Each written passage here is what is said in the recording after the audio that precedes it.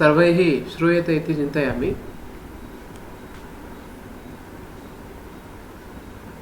श्रोतुं शक्नुवन्ति खलु सर्वे? आं महोदय। धन्यवादाः। आदौ मङ्गलश्लोकम् उक्त्वा पाठस्य आरम्भं कुर्मः।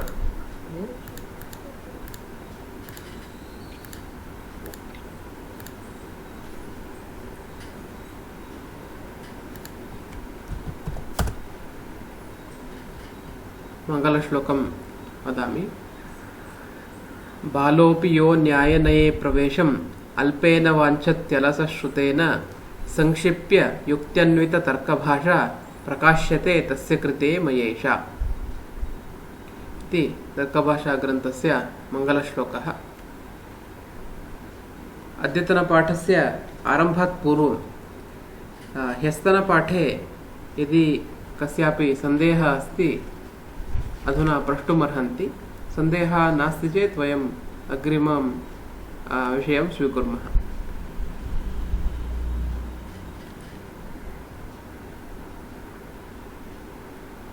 यदि कस्यापि सन्देहः नास्ति तर्हि सर्वं भवद्भिः अवगतम् इति अहं चिन्तयामि। तदा प्रश्नानपि पृच्छामि।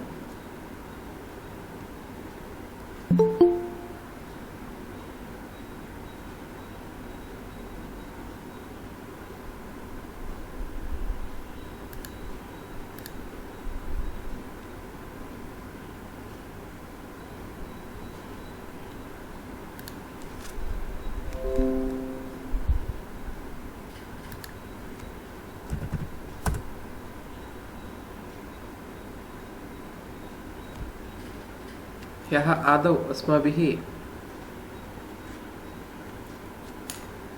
यदि किञ्चित् पुनस्मरणं कुर्मः।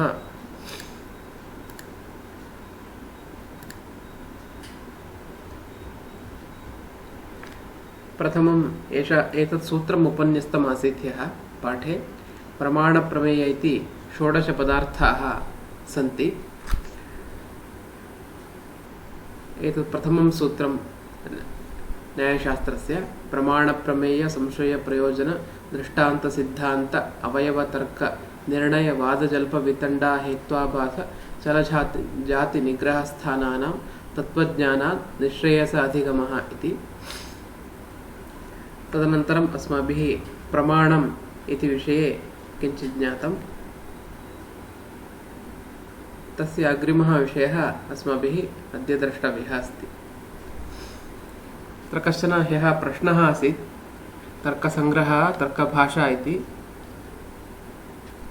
कः भेदः इति प्रश्नः आसीत्। अत्र अस्माभिः स्पष्टं द्रष्टुं शक्यते। एतत् सूत्रमस्ति प्रमाणप्रमेय इति सूत्रम्। इति न्यायस्य आदिमं सूत्रम् इति अत्र ग्रन्थकारः लिखति। न्यायशास्त्रं वैशेषिकशास्त्रम् इति अस्यैव शास्त्रस्य विभागद्वयं वयं शास्त्रे द्रष्टुं शक्नुमः। न्यायशास्त्रस्य मूलभूतानि भवन्ति न्यायसूत्राणि गौतमप्रणीतानि। तस्यैव शास्त्रस्य अन्यः भेदः कश्चित् कल्पितः। तस्य शास्त्रस्य वैशेषिकशास्त्रमिति नाम। वस्तुतः उभयत्रापि महान् भेदः इति नास्ति। विषयस्तु प्रतिपाद्यः समानः एव, प्रतिपादनप्रकारः भिन्नः। अत्र यदि वयं पश्यामः न्यायसूत्राणि यानि सन्ति तस्य एतत् प्रथमं सूत्रं प्रमाणप्रमेय इति। अस्मिन् सूत्रे यथा वयं द्रष्टुं शक्नुमः षोडशपदार्थाः अत्र उक्ताः तैः। न्यायसूत्रस्य प्रथमे सूत्रे प्रमाणप्रमेय इति यदि वयं गणयामः षोडशपदार्थाः सन्ति। वैशेषिकनयः इति उच्यते, शास्त्रमिति अपि वक्तुं शक्नुमः। तस्मिन् सप्तपदार्थाः उक्ताः। वैशेषिक इति पदमस्ति अत्र। नाम एते विशेषः इति कञ्चन पृथक् पदार्थम् अङ्गीकुर्वन्ति, अतः एते वैशेषिकाः। न्यायः इति कश्चन भवति, अनुमानप्रकरणे वयं तत् पश्यामः। ते न्यायं विशेषेण स्वीकुर्वन्ति इत्यतः ते नैयायिकाः, विशेषं ये स्वीकुर्वन्ति ते वैशेषिकाः इति सामान्यतः विभागः अस्मिन् तर्कशास्त्रे अस्ति। तर्कः इति द्वयोः अपि सामान्यतः कथनं भवति तर्कशास्त्रम् इति। अतः एवं प्रमुखः विभागः अस्मिन् शास्त्रे द्विधा कृतः दृश्यते। अद्यतने अस्माकं पाठेपि विशेषः इति विषयः स्वीक्रियते अग्रे, तदा तत् पश्यामः। अतः अस्मिन् प्रथमसूत्रे प्रमाणप्रमेये इति 16 पदार्थाः उक्ताः, तेषां तत्त्वज्ञानात् निःश्रेयसः अधिगमः इति सूत्रम् अस्माभिः ह्यः पठितम्। अस्य अग्रिमं विषयम् इदानीं पठामः।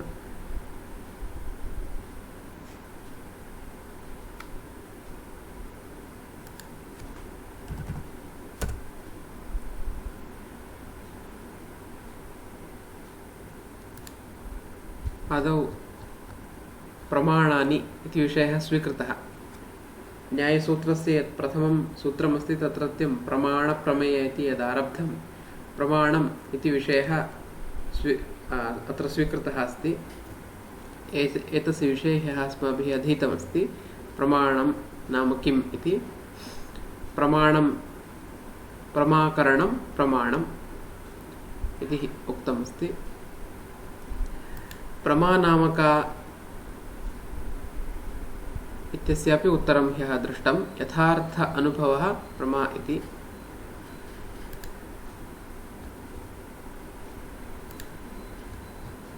करणं नाम किम् इति प्रश्ने साधकतमं करणम् इति एतावत्पर्यन्तं ह्यः अस्माभिः पठितमस्ति। अत्र कश्चन भागः ह्यः त्यक्तः आसीत्। इदानीं तद्विषये किञ्चित् पश्यामः।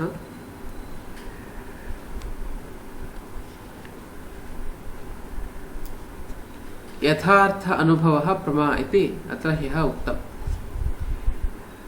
का पुनः प्रमा? यस्याः करणं प्रमाणम् उच्यते यथार्थानुभवः प्रमा इति। अत्र प्रमा इति पदस्य अस्माभिः अर्थः सम्यक् अवगन्तव्यः।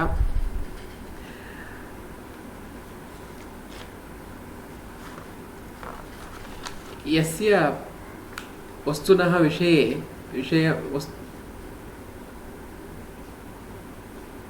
किञ्चन वस्तु यदा वयं पश्यामः तद्विषये अस्माकं यत् ज्ञानं भवति तज्ज्ञानं यथार्थज्ञानम् इति सामान्यतः वक्तुं शक्नुमः।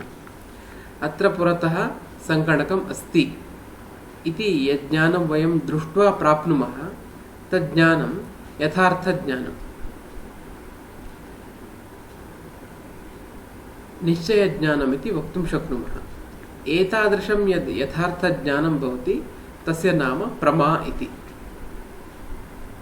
यथार्थ अनुभवः तदेव सः अनुभवः इति पदेन वदति। यद् यथार्थज्ञानं भवति तदेव प्रमा।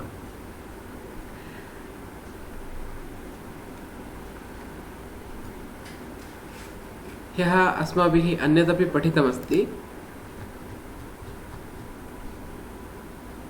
लक्ष्यं लक्षणम् इति।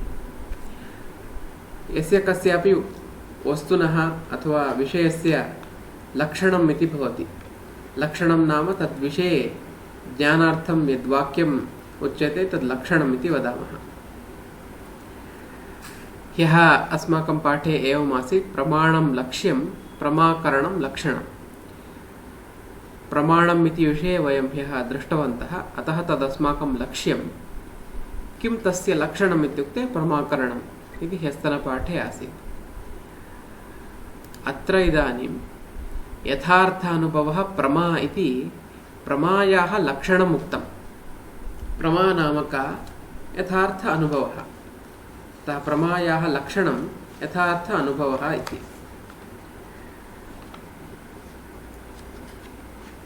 न्यायशास्त्रे वैशिष्ट्यं भवति।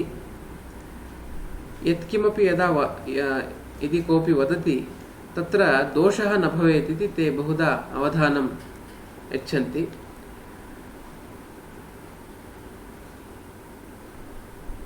लक्षणं सदापि निर्दुष्टं भवेत् इति, तस्य दोषाः न भवेयुः। के दोषाः इति अग्रिमपाठेषु वयं द्रष्टुं शक्नुमः। अत्र इदानीं सः वदति यथार्थ इति पदं किमर्थम् उक्तम्? यथार्थ अनुभवः प्रमा इति भवन्तः प्रमायाः लक्षणम् उक्तवन्तः। यथार्थ इति पदं किमर्थम् इति सः पृष्ट्वा स्वयं समाधानं वदति। यथार्थ इति अयथार्थानां संशय विपर्यय तर्कज्ञानानां निरासः, निरासार्थं यथार्थ इति पदं प्रयुक्तम् इति। केचन विषयाः अन्येपि सन्ति, संशयः, विपर्ययः, तर्कः इति। एतेषां लक्षणं स्वयं ग्रन्थकारः अग्रे वदिष्यति एव। तथापि सामान्यतः वयम् अवगन्तुं शक्नुमः। संशयः इति यः प्रसिद्धः संशयः अस्ति सः एव कस्यापि वस्तुनः अथवा विषयस्य निश्चयः न भवति। अस्माकं संशयः भवति। संशयः यथार्थज्ञानं न। तथैव विपर्ययः अन्यथा ज्ञानं। यथा अवगन्तव्यं तथा अवगमनं यदा न भवति, अन्यथा यदा अवगमनं भवति सः विपर्ययः इति वक्तुं शक्यते। तथैव तर्कः इति। तर्कः इत्यस्य विशिष्ट अर्थः अग्रे उच्यते। आरोपः यदा क्रियते कुत्रचित् कस्यापि वस्तुनः किमपि उदाहरणं स्वीकृत्य सः तर्कः इति उच्यते। एते सर्वे ये सन्ति एते यथार्थविषयाः न। संशयः, विपर्ययः, तर्कः इति। अतः तेषां निरासाय नाम तेषां दूरीकरणाय यथार्थ इति पदं प्रयुक्तम्। यथार्थ अनुभवः इत्युक्ते निश्चयज्ञानं, सा एव प्रमा इति उच्यते। तर्हि पुनः प्रश्नः भवति, अनुभवः इति किमर्थम् उक्तम्? ज्ञानम् इत्येव अथवा अन्यपदं प्रयोक्तुं शक्यते खलु इति चेत् सः वदति अनुभवः इति स्मृतेः निरासः। स्मृतिः नाम स्मरणम्।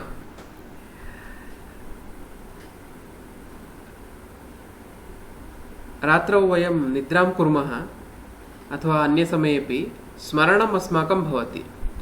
तच्च स्मरणम् अनुभवः न। तत् अनुभवरूपं ज्ञानं न।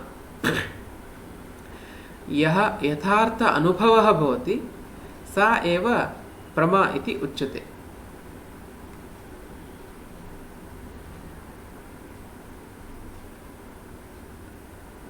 अनुभवः इति स्मृतेः निरासः।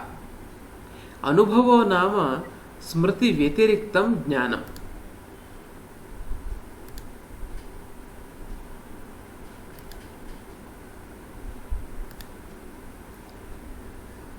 यः अनुभवः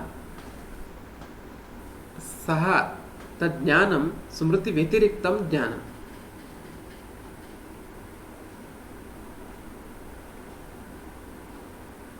यथार्थ अनुभवः प्रमा इति लक्षणम् उक्तम्।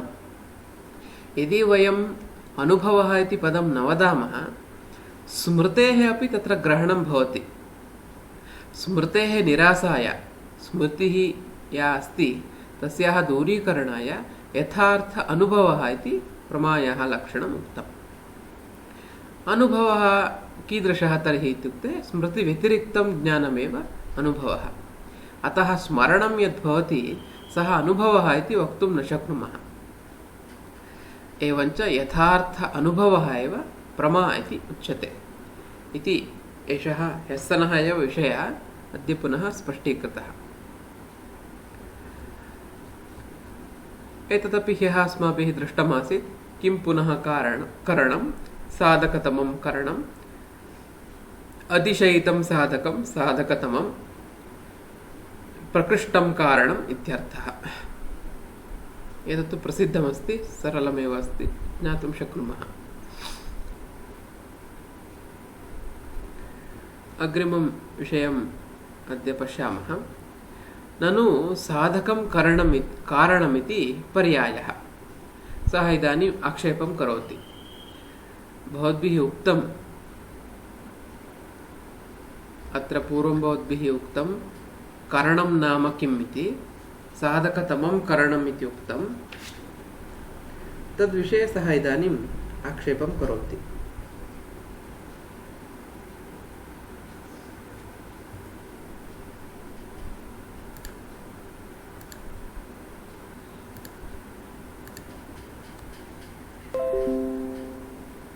किं पुनः करणं साधकतमं करणम् इति भवन्तः उक्तवन्तः, किन्तु अत्र साधकम् इति कारणम् इति च पर्यायपदम्। ननु साधकं कारणमिति पर्यायः, तदेव न ज्ञायते किं तत् कारणम् इति। सः पृच्छति, भवद्भिः उक्तं साधकतमं करणमिति, किन्तु साधकमित्यस्य कारणमित्यस्य पर्यायता अस्ति, पर्यायपदं तद् अस्माभिः न ज्ञायते किं तत् कारणम् इति। अतः भवन्तः कारणम् इत्यस्य लक्षणं वदन्तु इति सः इदानीं पृच्छति। कारणं नाम किं वयं न जानीमः, तदेव न ज्ञायते किं तत् कारणम् इति उच्यते। इदानीं कारणमित्यस्य लक्षणं वदति। यस्य कार्यात् पूर्वभावः नियतः अनन्यथा सिद्धश्च तत् कारणम्। अत्र अनन्यथा सिद्धः इति पदं प्रयुक्तम्। अत्र किञ्चित् अस्माभिः अवधानं दातव्यम्। अन्यथा सिद्धः इति कश्चन विषयः अग्रे उच्यते अत्रैव। अन्यथा सिद्धः न भवेत्, सः अनन्यथा सिद्धः। अन्यथा सिद्धः इति विषये किञ्चित् अनन्तरम् अहं वदामि। तस्मात् पूर्वम् अवशिष्टम् अवगच्छामः। यस्य कार्यात् पूर्वभावः नियतः तत् कारणम्, एतावत् वयम् आदौ अवगच्छामः। कार्यम् इति भवति, कारणम् इति वयं जानीमः एव, प्रसिद्धम्। कार्यकारणभावः इति उच्यते। न्यायशास्त्रे सामान्यतः घटः इति उदाहरणं स्वीक्रियते, अथवा अत्रैव यत् उदाहरणं स्वीकृतं पटः इति। पटः इत्यस्य अर्थः वस्त्रम् इति। पटस्य कारणं तन्तुः, अतः अत्र विषयद्वयं, पटः तन्तुः इति।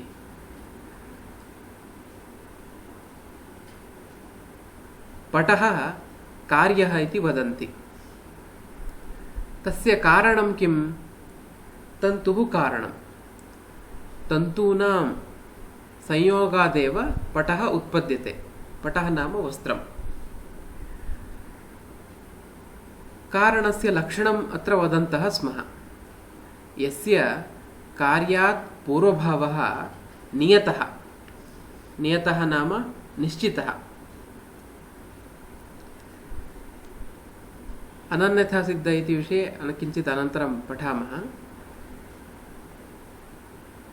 यस्य कार्यात् पूर्वभावः नियतः तत् कारणम्। यथा तन्तुवेमादिकं पटस्य। अत्र उदाहरणं स्वीकृतं तन्तुवेमः इति। तन्तुवेमः नाम यत्र वस्त्रस्य उत्पत्तिः भवति तद् यन्त्रं तन्तुवेम इति उच्यते। तत् पटस्य कारणं, वस्त्रस्य कारणम्। तदा कश्चन तत्र आक्षेपं करोति, यद्यपि पटोत्पत्तौ दैवादागतस्य रासबाधेः पूर्वभावः विद्यते, तथापि नासौ नियतः।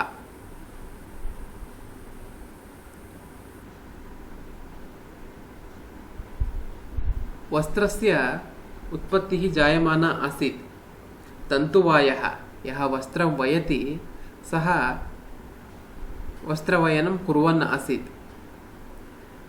पटोत्पत्तिः जायमाना आसीत्। पटोत्पत्तौ दैवादागतस्य तस्मिन् समये अकस्मात् रासभः नाम गर्दभः तत्र आगत्य स्थितवान्। भवद्भिः लक्षणमत्र उक्तं कार्यात् पूर्वभावः इति। कार्यं नाम अत्र पटः इति कार्यं। पटस्य उत्पत्तिः जायमाना अस्ति। कार्यात् पूर्वभावः रासभः किञ्चित् पूर्वं तत्र आगत्य स्थितवान्।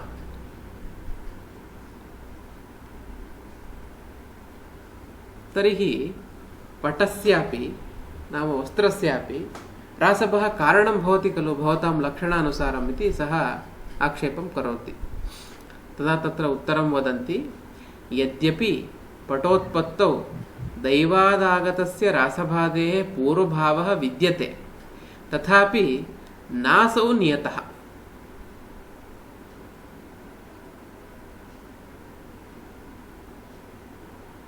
सः रासभः नियतः नास्ति। सः गर्दभः तत्र आगत्य स्थितवान्। किञ्चित् कालानन्तरं सः गच्छति। गर्दभः अस्ति चेदेव तन्तुः उत्पद्यते इत्यादि कार्यकारणभावः नास्ति तत्र। अतः सः वदति यद्यपि पटोत्पत्तौ दैवादागतस्य रासभादेः पूर्वभावः विद्यते तथापि नासौ नियतः। लक्षणं किमुक्तं यस्य कार्यात् पूर्वभावः नियतः तत् कारणम् इति। किम् उदाहरणं तन्तुवेमादिकं पटस्य तन्तुवेमादिकं कारणम् इति।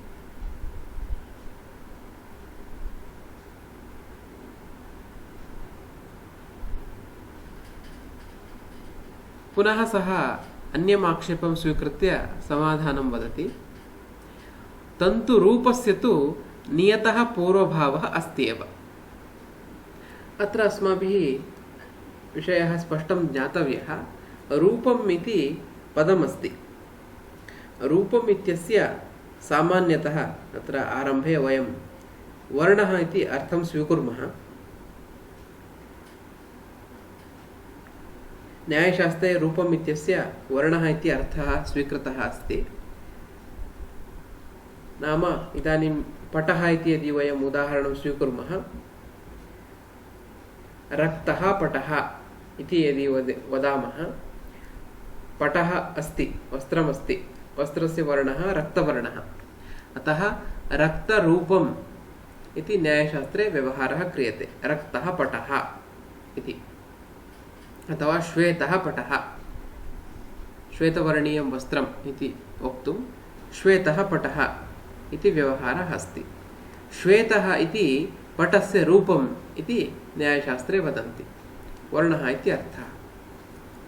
अत्र सः वदति तन्तुरूपस्य तु नियतः पूर्वभावः अस्ति एव, किन्तु अन्यथा सिद्धः। अन्यथा सिद्धः इति विषये किञ्चित् अनन्तरं पश्यामः। तन्तुरूपं, तन्तुः अस्ति, पटस्य कारणीभूतः तन्तुः। तन्तुरूपस्य तु तन्तुवर्णः, श्वेतवर्णः रक्तवर्णः वा, तस्य तु नियतः पूर्वभावः अस्ति एव। पूर्वभावः, कार्यात् पूर्वभावः। पटात् पूर्वं तन्तुः भवत्येव। तन्तूनां संयोगादेव पटः उत्पद्यते, वस्त्रम् उत्पद्यते। अतः पूर्वभावः तस्य अस्ति, नियतः पूर्वभावः अपि अस्ति, किन्तु तन्तुरूपं पटं प्रति कारणम् इति न स्वीक्रियते, यतः सः अन्यथा सिद्धः। अन्यथा सिद्धः इति कारणात् तन्तुरूपं पटं प्रति कारणं नास्ति इति वदन्ति। नाम तन्तोः यः वर्णः सः वर्णः पटं प्रति कारणं न इति नैयायिकानां मतं। तर्हि किं प्रति कारणं तद्? तन्तुरूपम् इत्युक्ते पटरूपं प्रति तन्तुरूपं कारणम् इति स्वीकुर्वन्ति। नाम वस्त्रस्य यः वर्णः भवति तं वर्णं प्रति तन्तोः यः वर्णः सः कारणम् इति नैयायिकानां मतम्। एतत् सम्यक् अस्माभिः अवगन्तव्यं। तन्तुरूपं पटरूपं प्रति कारणम्।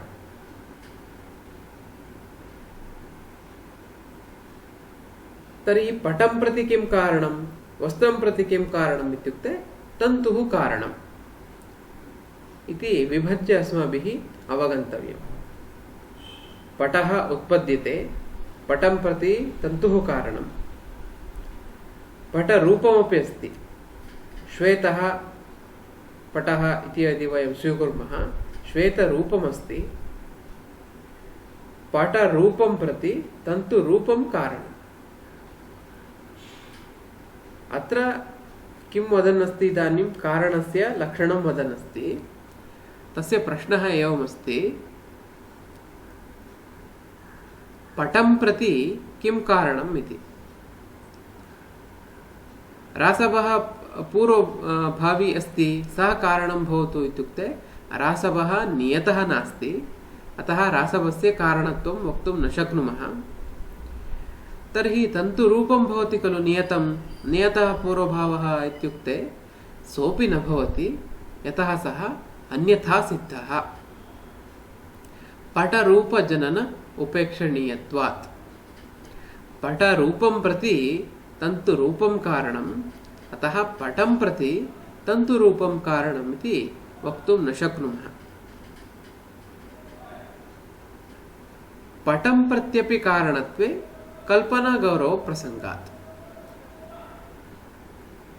यदि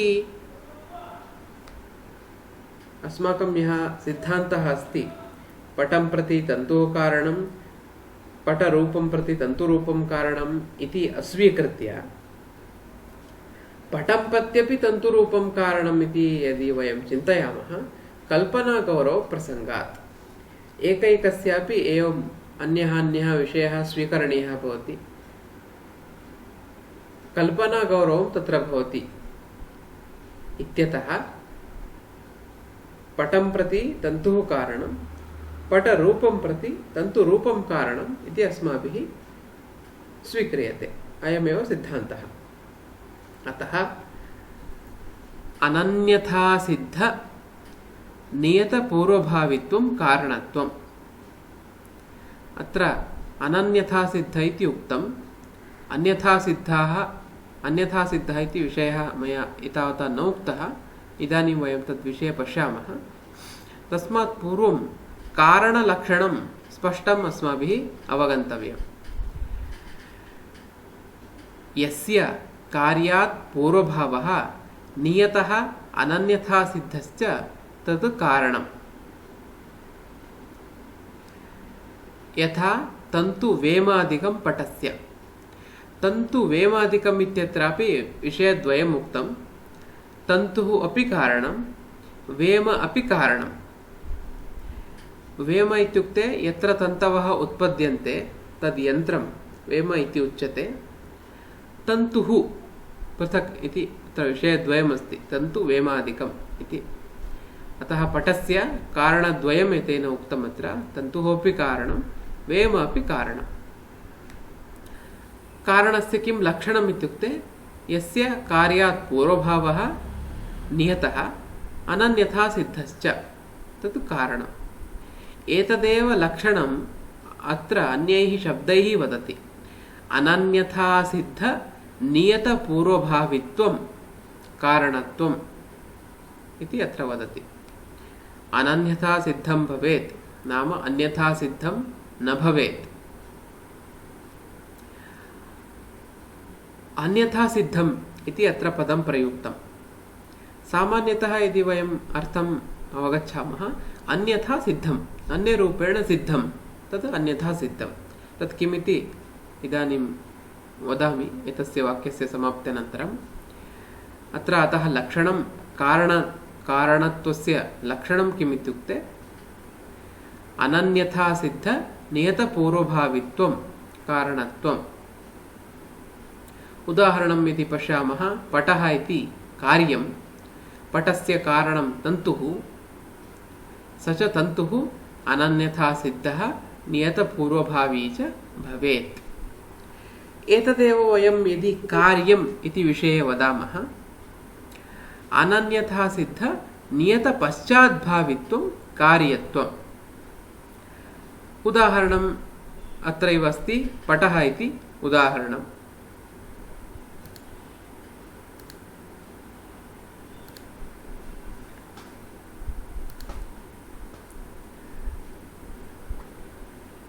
अनन्यथा सिद्ध इति विषयः उभयत्रापि समानः।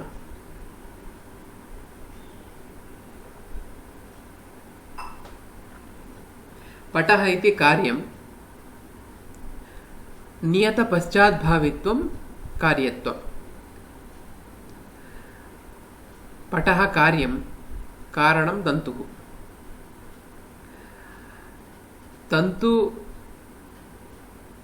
तन्तोः समनन्तरमेव, तन्तुसंयोगसमनन्तरमेव पटः उत्पद्यते। नियतपश्चाद्भावित्वं, मध्ये अन्तरं किमपि न भवति, तदेव कार्यम् इति। अनन्यथा सिद्धमिति अत्रापि स्वीकृतम्। अन्यथा सिद्धं नाम किम् इति इदानीं पश्यामः, तदा इतोपि स्पष्टं भवति। अतः कारणलक्षणम् एतदुक्तम्। अनन्यथा सिद्ध नियतपूर्वभावित्वं कारणत्वम्। अनन्यथा सिद्ध इति विहायापि वयं चिन्तयितुं शक्नुमः सामान्यतः ज्ञानार्थं। नियतपूर्वभावित्वं कारणत्वं। कार्यात् नियतं पूर्वं यद् भवति तदेव कारणम् इति।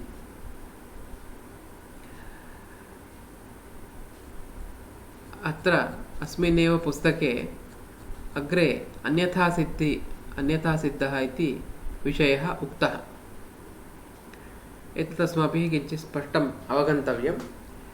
कारिकावली इति एषः ग्रन्थः यत् भवतां पुरतः अस्ति इदानीं।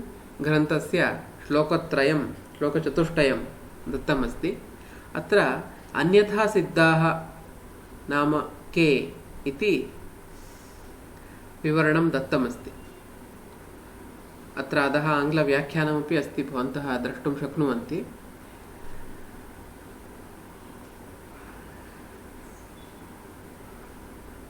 अन्यथा सिद्धत्वं नाम कीदृशम् इति पञ्चविध अन्यथा सिद्धत्वं सः वदति। अत्र एकैकस्यापि स्पष्टम् इदानीमेव ज्ञानस्य आवश्यकता नास्ति, तथापि उपरि अन्यथा सिद्ध इति पदम् उक्तं। किं तत् कीदृशम् अन्यथा सिद्धम् इति अस्माभिः किञ्चित् अवगन्तव्यमस्ति। विशिष्य एकैकमपि इदानीमेव द्रष्टव्यं नास्ति, सामान्यतः ज्ञातुं वयं शक्नुमः। अन्यथा सिद्ध इत्यस्य सामान्यतः इति लक्षणं वक्तव्यं।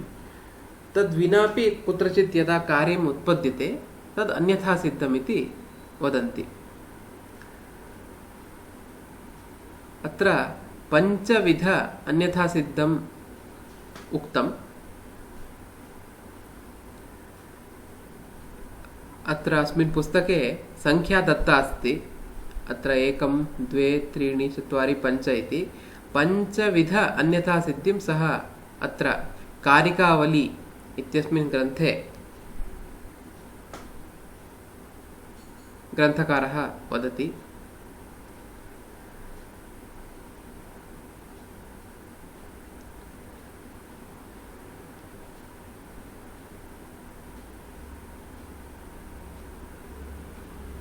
अत्र तृतीयश्लोके यदि वयं पश्यामः तत्र एकैकम् उदाहरणं दत्तम्। आरम्भे श्लोकम् एकवारं पठामि। एतान् चतुरः श्लोकान् पठामि एकवारं। येन सह पूर्वभावः कारणमादाय वा यस्य अन्यं प्रति पूर्वभावे ज्ञाते यत् पूर्वभावविज्ञानं जनकं प्रति पूर्ववर्तिताम् अपरिज्ञाय न यस्य गृह्यते अतिरिक्तमथापि यद्भवेत् नियतावश्यकपूर्वभाविनः एते पञ्च अन्यथा सिद्धाः दण्डत्वादिकमादिमं घटादौ दण्डरूपादि द्वितीयमपि दर्शितं तृतीयन्तु भवेद्व्योम कुलालजनकोपरः पञ्चमो रासभादि स्यात् एतेषु आवश्यकस्त्वसौ इति पञ्च अन्यथा सिद्धाः उक्ताः।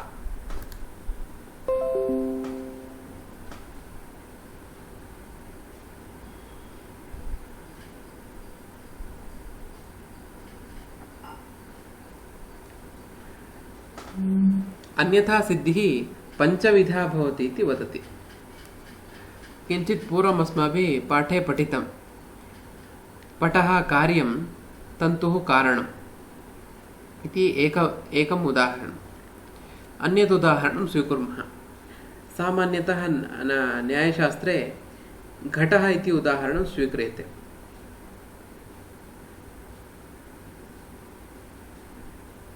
कुलालः घटं करोति, कुलालः करोति, किन्तु घटस्य कारणं दण्डः इति सामान्यतः व्यवहारः अस्ति।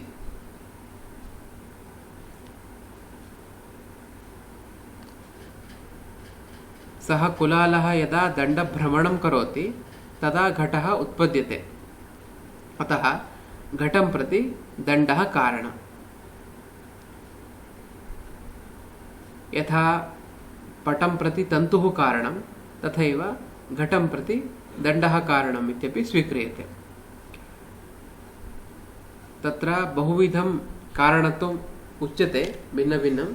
एकैकशः वयं पश्यामः। अत्र इदानीं वयम् अन्यथा सिद्ध इति विषये पठन्तः स्मः। अन्यथा सिद्धः पञ्चविधः।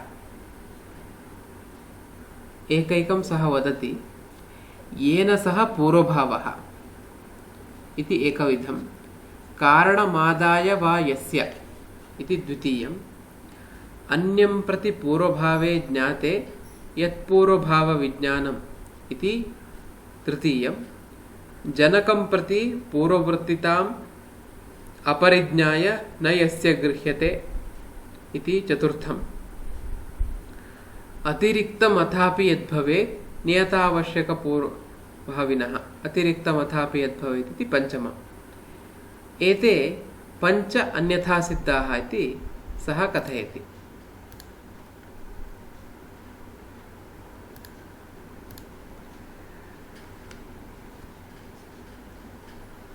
यथा पूर्वम् अस्माभिः अत्र दृष्टमस्ति, घटं प्रति दण्डः कारणं, यथा पटं प्रति तन्तुः कारणं तथैव घटं प्रति दण्डः कारणम्। दण्डे दण्डत्वम् अस्ति। दण्डत्वं नाम दण्डे विद्यमानः धर्मः। यथा घटे घटत्वम् अस्ति इति उच्यते, तथा दण्डे दण्डत्वं भवति। घटं प्रति दण्डः कारणम् इति सत्यं, किन्तु दण्डत्वं घटं प्रति कारणं न भवति। यद्यपि घटं प्रति दण्डः कारणं, दण्डे दण्डत्वम् अस्ति, तदपि सत्यं, किन्तु घटं प्रति दण्डः कारणम् इति वक्तुं न शक्नुमः, दण्डत्वं कारणम् इति वक्तुं न शक्नुमः। तदेव सः वदति, येन सह पूर्वभावः कारणमादाय वा यस्य इति।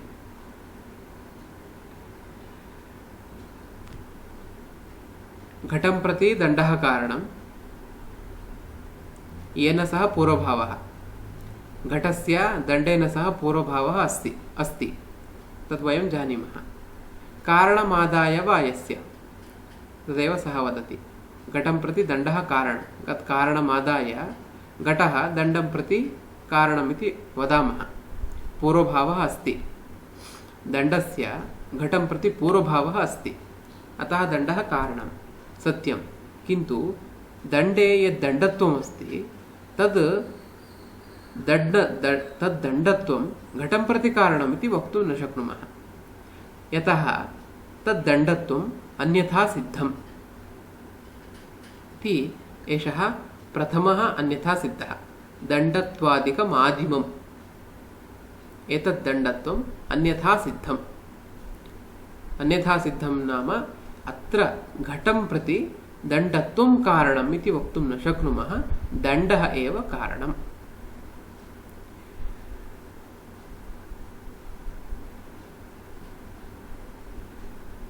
द्वितीयं वदति घटादौ दण्डरूपादि। घटादौ इति सर्वत्र अन्वयः। घटादौ दण्डत्वं दण्डरूपम् इति एकैकं वदति। अत्र पञ्च अन्यथा सिद्धाः इत्युक्तम्।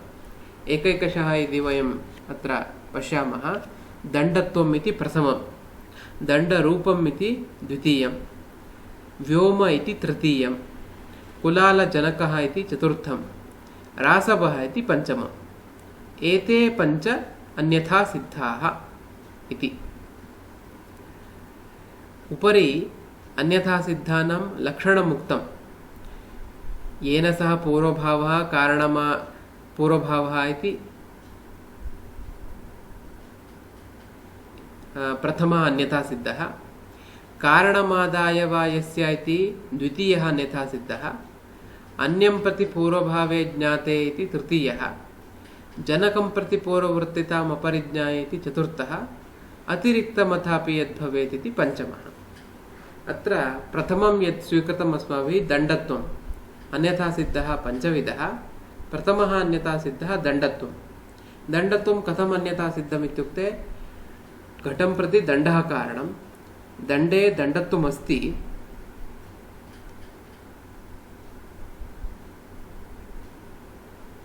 किन्तु दण्डत्वं घटं प्रति कारणं न, यतः तत् अन्यथा सिद्धम्।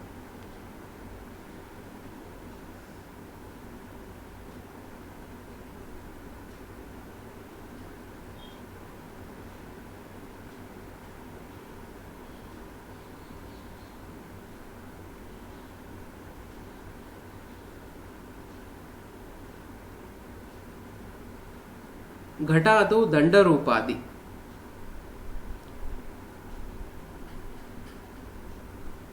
घटं प्रति दण्डः कारणमिति सत्यं,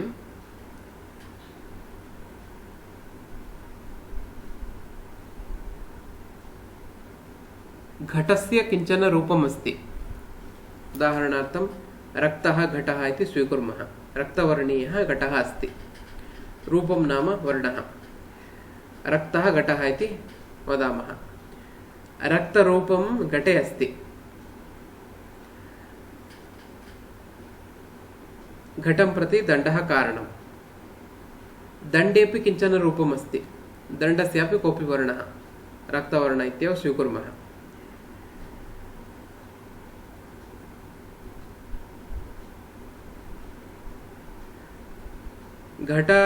घटस्य यद् रूपं, घटस्य यः वर्णः घटरूपं प्रति दण्डरूपं कारणं भवति,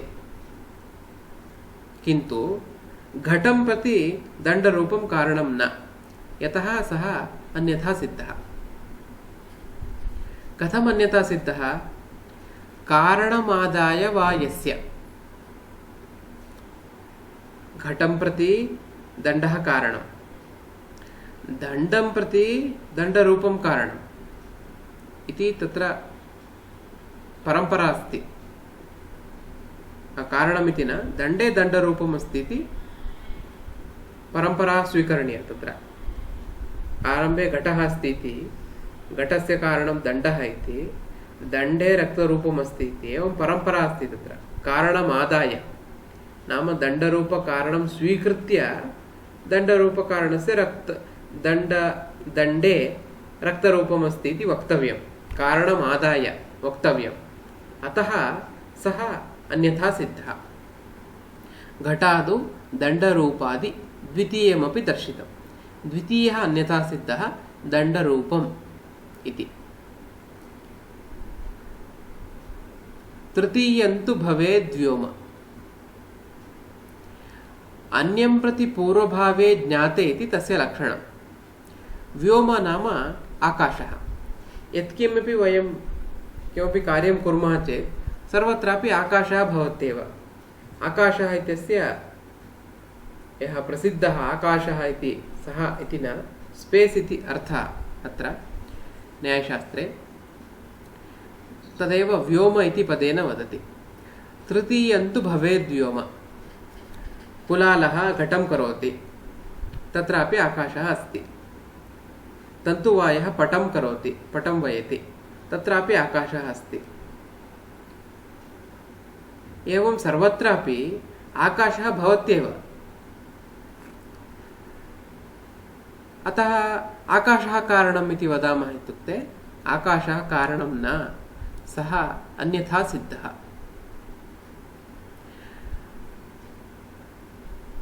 अन्यं प्रति पूर्वभावे ज्ञाते यत् पूर्वभावविज्ञानं। सर्वत्रापि आकाशः अस्ति एव, किन्तु आकाशः तस्य कार्यस्य कारणम् इति वयम् अङ्गीकर्तुं न शक्नुमः। घटं प्रति आकाशः कारणं, पटं प्रति आकाशः कारणम् इति वक्तुं न शक्नुमः। अतः आकाशः अन्यथा सिद्धः। एषः तृतीयः अन्यथा सिद्धः। तृतीयं तु भवेद् व्योम। कुलालजनकोपरः। एषः चतुर्थः अन्यथा सिद्धः। कुलालजनकः। घटं प्रति दण्डः कारणमिति वयं जानीमः, किन्तु केवलं दण्डः अस्ति चेत् घटः न उत्पद्यते। कश्चित् कुलालः आवश्यकः। यः घटं निर्माति सः कुलालः। कुलालः दण्डभ्रमणं करोति चेदेव घटः उत्पद्यते। अतः कुलालः अवश्यं भवेत्।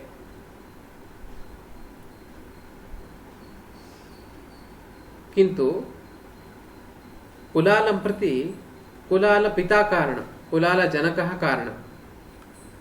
कुलालं प्रति कुलालजनकः कारणं, सः तस्य पिता। अतः घटं प्रति कुलालजनकः कारणम् इति वदामः इति केचन वदन्ति। तथा वक्तुं न शक्यते, यतः कुलालजनकः अन्यथा सिद्धः। यद्यपि कुलालं प्रति कुलालजनकः कारणं तत् सत्यं, किन्तु घटं प्रति कुलालजनकः कारणम् इति वक्तुं न शक्नुमः। एतं घटं प्रति कुलालः अस्ति, कुलालस्य पिता अपि पूर्वं प्राचीनकाले घटं कृतवान् स्यात्, किन्तु इदानीं यः घटः अस्ति एतं घटं प्रति कुलालजनकः कारणं न। कुलालः दण्डभ्रमणद्वारा घटम् उत्पादितवान्, अतः दण्डः एव घटं प्रति कारणम्। कुलालं प्रति कुलालजनकः कारणं स्यात्, किन्तु घटं प्रति, एतं घटं प्रति कुलालजनकः कारणम् इति वक्तुं न शक्नुमः। अतः कुलालजनकः अपि अन्यथा सिद्धः। तदेव अत्र वदति, जनकं प्रति पूर्ववृत्तिताम् अपरिज्ञाय नयस्य गृह्यते।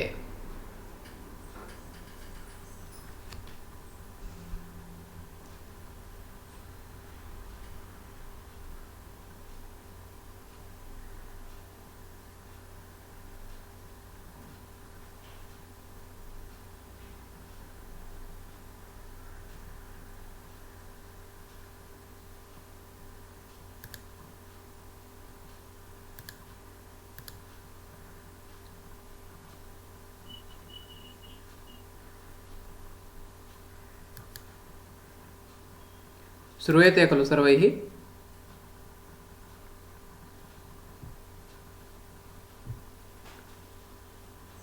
अत्र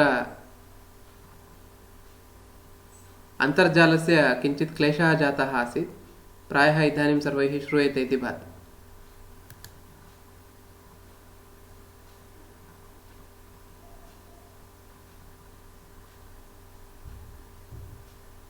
अतः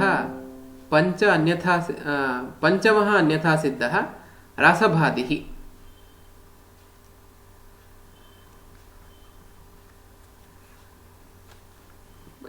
चतुर्थः अन्यथा सिद्धः कुलालजनकः उक्तः।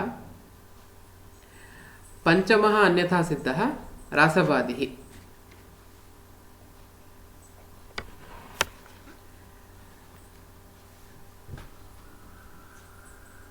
सः कुलालः घटं निर्माति।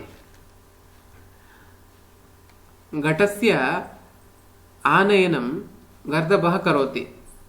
घटस्य न तत्र मृत्तिकायाः आनयनं गर्दभः करोति रासभः। रासभम् उपयुज्य मृत्तिका आनीयते।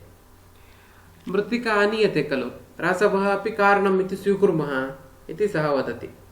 किन्तु रासभः कारणम् इति वक्तुं न शक्नुमः, यतः रासभः अन्यथा सिद्धः।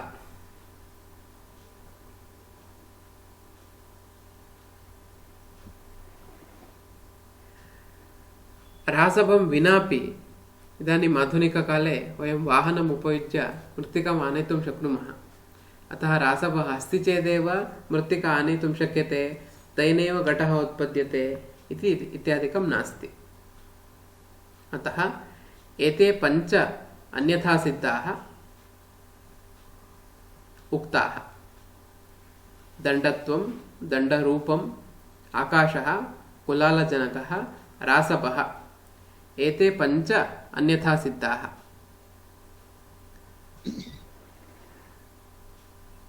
एतादृश अन्यथा सिद्ध रहितं यद्भवति, अनन्यथा सिद्धं नियतपूर्ववृत्ति च यद्भवति तदेव कारणम् इति कारणस्य निष्कृष्टं लक्षणम्। अतः अन्यथा सिद्ध इति विषयः न उक्तः आसीत् पूर्वम्। इदानीं पञ्च अन्यथा सिद्धाः उक्ताः। एतादृश पञ्च अन्यथा सिद्धरहितम् अनन्यथा सिद्धं नियतपूर्वभावी च यद्भवति तदेव कारणम् इति। कीदृशं कारणं? पटः इति यदि वयं स्वीकुर्मः उदाहरणं, तन्तुः कारणं। घटः इति स्वीकुर्मः, दण्डः कारणम्। अतः अनन्यथा सिद्धं भवेत्, नियतपूर्ववृत्ति भवेत्, तत् कारणम् इति उच्यते। अनन्यथा सिद्ध नियतपूर्वभावित्वं कारणत्वम्।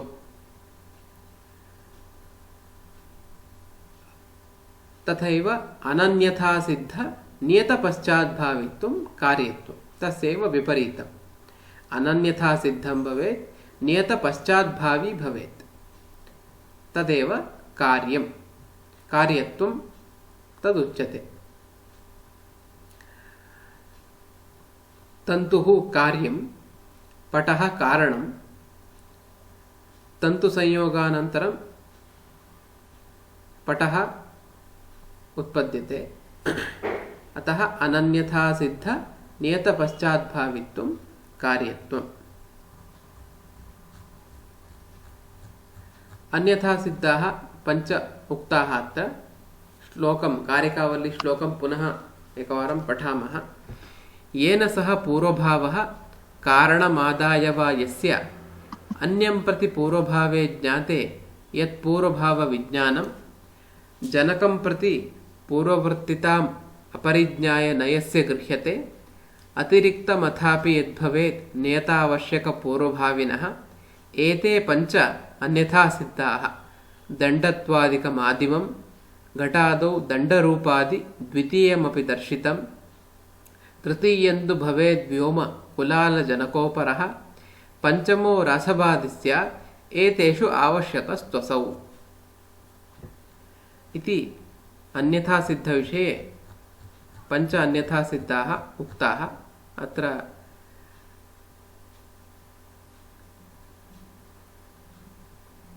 आङ्ग्लव्याख्यानेपि वयं तद् द्रष्टुं शक्नुमः। अत्र पुनः कश्चन आक्षेपं करोति। कारणम् इति भवद्भिः उक्तम्, अनन्यथा सिद्ध नियतपूर्वभावित्वं कारणत्वम् इति।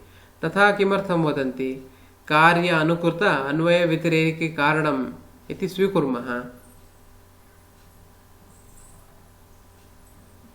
इति कश्चित् वदति।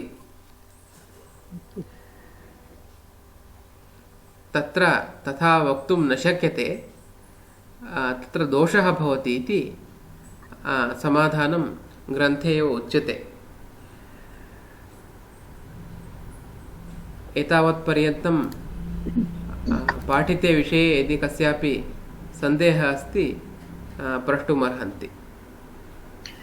महोदय शान्ति अस्मि। नमस्ते। नमस्ते।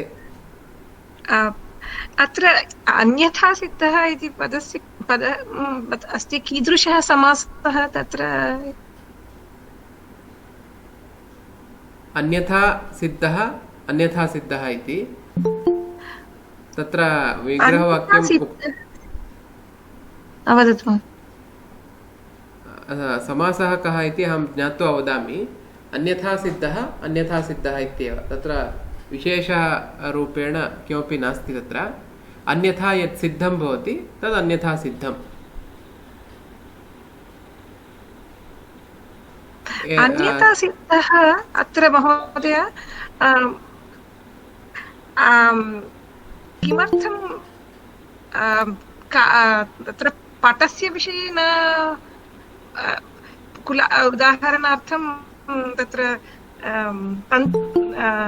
तन्तुरूपत्वं न कारणम् इति वदामः चेत् तन्तुरूपेण विना अपि तन्तुरूपं विना अपि पटं सिद्धं भवति, अतः पटः सिद्धः भवति। अतः तथा किमर्थं न वदामः? एते किमर्थम् अन्यथा सिद्धाः इति वदामः?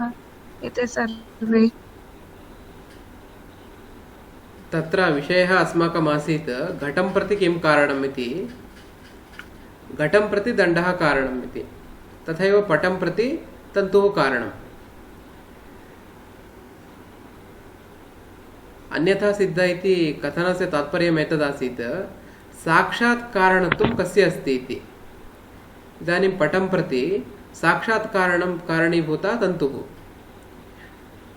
तन्तौ तन्तुरूपम् अस्ति इति सत्यं, किन्तु पटं प्रति किं कारणम् इति प्रश्ने सति तन्तुरूपं कारणम् इति वक्तुं न शक्नुमः।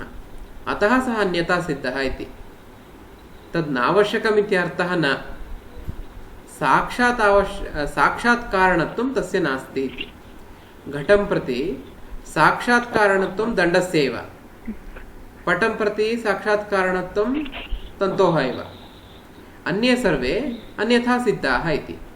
साक्षात् कारणत्वं नास्ति इत्येव तात्पर्यं, न तु तेषाम् आवश्यकता एव नास्ति इति न।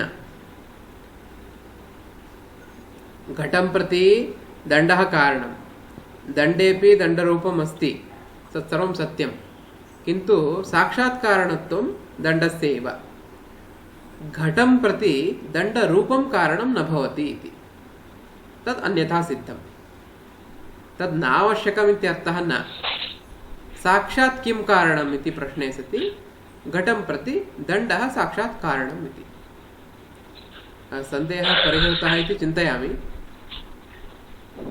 न परिहृतः चेत् श्वः पुनः इतोपि स्पष्टं वदामि।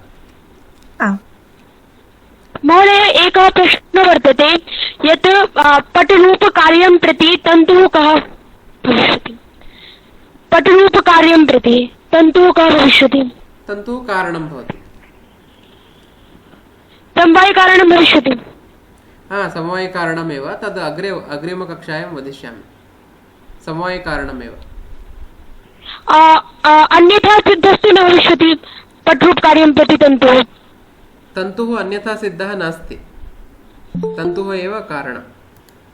कारणमस्ति। ओम सत्यं। धन्यवादः।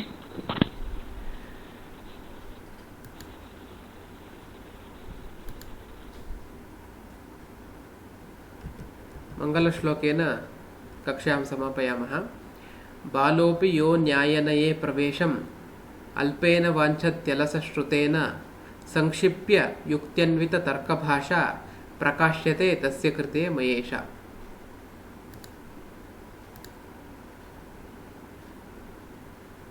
सर्वेभ्यः धन्यवादः। शुभदिनम्।